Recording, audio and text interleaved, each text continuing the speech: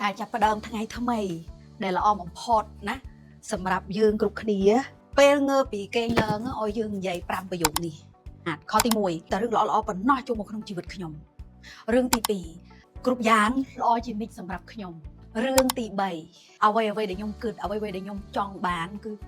កើតឡើងយ៉ាងពិតប្រាកដនៅចំពោះមុខខ្ញុំ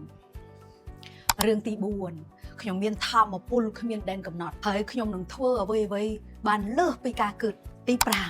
5ខ្ញុំមានឥស្សរភាពគ្រប់ពេលវេលាខ្ញុំចង់ទៅកន្លែងណាទៅទីណាក៏ដោយស្រេចតែចិត្តខ្ញុំចង់ចាំណានៅពេលដែលយើងនិយាយប្រយោគបែបជា self talk ណាអានេះគេហៅថា self talk មើលអ្នកទាំងអស់គ្នាដែលឃើញឃ្លីបនេះតើគ្រប់គ្នាមាន self talk ប្រចាំខ្លួនរបស់ខ្លួនឯងទេអ្វីដែលខ្លួនឯងនិយាយសាំណាបញ្ជាក់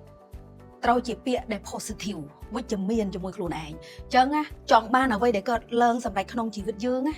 សំខាន់បំផុត train មើលសិនទៅចិត្តយើងវាពុតតាមអញ្ចឹងសាកយក5ប្រយោគនេះទៅប្រើទាំងអស់គ្នាមូលហេតុនេះឯងដែលខូចបាន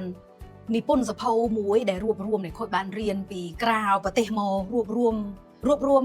ទ្រឹស្ដីនៃការនិយាយដែលយើងដាស់ចិត្តយើងដែលថាដាស់ចិត្តជាសេដ្ឋីដែលគ្រប់គ្នាថាអត់មានលុយ100លានមានឡានទំនើបផ្ទះថ្មធំប៉ុន្តែអ្វីដែល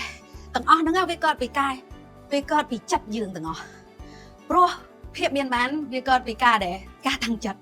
ការសាងជីវិតអញ្ចឹងនេះដែលខូចមានអត្ថកម្បាំងនៅក្នុងសភៅនេះតែអត់មានលក់ទេទាំងអស់គ្នាហេតុអីអត់បានសភៅនេះខូចដាច់ស្តុកអត់ទាន់លក់ដោយសារតែខូចគឺនៅផលិតចង់ឲ្យផលិតផលឲ្យមានគុណភាពបំផុតព្រោះសភៅនេះស្អាតខ្លាំងអត្តន័យមិនថា feedback របស់សិស្សទាំងអស់គ្នាឬក៏ fan ទាំងអស់គ្នាថាសភៅនេះល្អមានធម៌ពលទាំងអស់មានធម៌ពលមែនទែនតែខូចរូបរាងពីបទពិសោធន៍ផ្ទាល់ណានៃការប្រើអ្វីដែលខូចមិនផលិតមកទៀតទាំងអស់គ្នាដោយសារអីស្អាតតែអត់ជឿបសភៅនេះវាដាច់អញ្ចឹងក៏រៀបចំឲ្យវាស្អាតហ្មងពោះតាំងចិត្តបញ្ជូនចំណេះដឹងទាំងធម៌ពលទាំងវិធីនិយាយដែលសង្គមខ្មែរយើងអត់សូវមានអ្នកណាដឹងរឿងនេះតែនៅក្រៅប្រទេសគេផ្លូវ spiritual គឺគេនិយមខ្លាំងមែនទែនដែលវាជួយជីវិតខូចខ្លាំងមែនទែនហ្មងដែលផ្លាស់ប្ដូរជីវិតពីបាតដៃមកខ្នងដៃនេះដែលខូចចង់ឲ្យកូនខ្មែរយើងមកដឹងវិជាការក្រៅតម្រាវិជាការបែបបញ្ញាសកល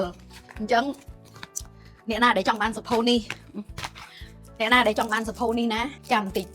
មានចាំប្រាប់ហើយបើសិនជាគ្រប់គ្នាវឹកហាត់ខ្លួនឯងបែបណាណាបើសិនជាគ្រប់គ្នាធ្លាប់ដឹងរឿងនេះឬក៏មានពាក្យអីដែលនិយាយជាមួយខ្លួនឯងណាបាន